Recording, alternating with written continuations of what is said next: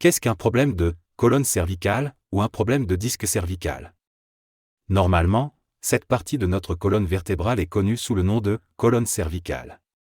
Dans la colonne cervicale, nous avons une disposition comme celle-ci. Nous avons des os, nous avons un disque, puis nous avons à nouveau des os et entre les os, nous avons des nerfs qui sortent comme ceci. Ainsi, chaque fois qu'il y a un problème de disque cervical, une douleur irradie dans le bras. Il peut s'agir d'une douleur intense et aiguë ou d'un engourdissement, de picotement ou même d'une paralysie musculaire ou d'une faiblesse de la main. Parfois, s'il y a une compression de la moelle épinière, cela peut conduire à une myélopathie spinale, connue sous le nom de myélopathie cervicale compressive. Ainsi, si quelqu'un a un problème de disque cervical et qu'il ressent une douleur irradiant le long du bras ou un engourdissement, des picotements, une faiblesse ou des difficultés à effectuer ses activités quotidiennes normales, il aura besoin d'un traitement. Une chose importante à savoir est que 97% des patients ne nécessitent jamais de chirurgie. Elle peut être très bien traitée avec du repos, des médicaments, des exercices et de la physiothérapie. Donc si votre douleur est trop forte, faites votre IRM, consultez votre médecin qui pourra vous conseiller dans un premier temps un traitement sous forme de physiothérapie, suivi de médicaments pendant quelques jours et petit à petit, vous vous rétablirez au bout de 4 à 6 semaines. Cependant, si la douleur est trop intense ou ne disparaît pas, s'il y a une faiblesse dans votre bras ou s'il y a un engourdissement sévère, des picotements, vous pourriez avoir besoin d'une intervention chirurgicale. Désormais, la chirurgie de la colonne cervicale se fait normalement au microscope. Nous ne pratiquons pas de chirurgie ouverte de nos jours. Ainsi, avec un microscope, nous effectuons normalement la chirurgie connue sous le nom de chirurgie de disquectomie cervicale antérieure et de fusion, appelée chirurgie ACDF.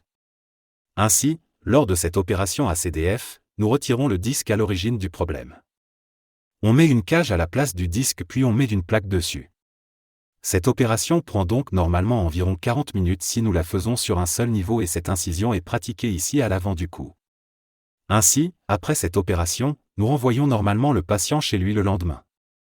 Dans de rares cas, si une personne est jeune, disons âgée de moins de 45 ans, au lieu de recourir à la chirurgie de fusion, nous optons pour cette chirurgie connue sous le nom de chirurgie de remplacement de disque artificiel. L'avantage de subir une chirurgie de remplacement de disque artificiel est que le mouvement du cou reste normal, la personne est capable de faire pivoter le cou dans toutes les directions comme n'importe quelle autre personne normale et il y a un risque de problème de disque voisin, c'est-à-dire le risque d'avoir un mauvais disque au-dessus. Au niveau de fixation ou en dessous du niveau de fixation, cela devient très moins.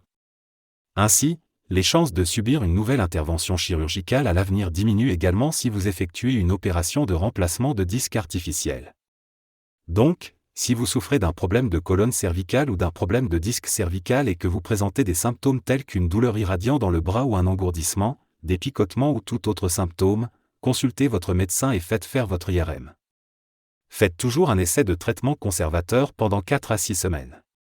Si rien d'autre ne vous aide, alors vous seul devriez envisager une intervention chirurgicale soit sous la forme d'ACDF qui est une chirurgie de disquectomie cervicale antérieure et fusion, soit une intervention chirurgicale de remplacement de disque artificiel, si votre âge est inférieur à 45 ans.